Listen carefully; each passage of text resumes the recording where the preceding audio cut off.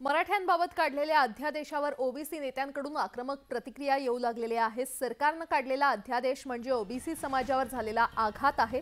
मुख्यमंत्र्यांनी शिवरायांची शपथ घेऊन शब्द दिला, मात्र अध्यादेश देण्याच्या निर्णयामुळे मुख्यमंत्र्यांनी स्वतःच समाधान करू घेतलं, अशी टीका विरोधी पक्षनेते विजय वडेट्टीवार यांनी केली आहे। तर सरकारचा हा निर्णय छोट्या समाजाला उद्ध्वस्त करणार आहे, असंही वडेट्टीवार म्हटलेत।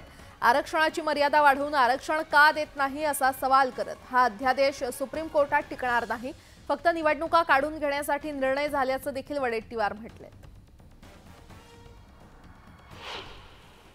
भविष्यामध्ये या 374 जाती ज्या काही आहेत, 450 जाती ओबीसीच्या महाराष्ट्रातल्या, त्या सर्व जातींना उद्ध्वस्त करणारा हा निर्णय आहे आणि त्यामध्ये प्रचंड नुकसान या 12 बलुतेदार 18 पगड जातींचा प्रचंड नुकसान होणार आहे।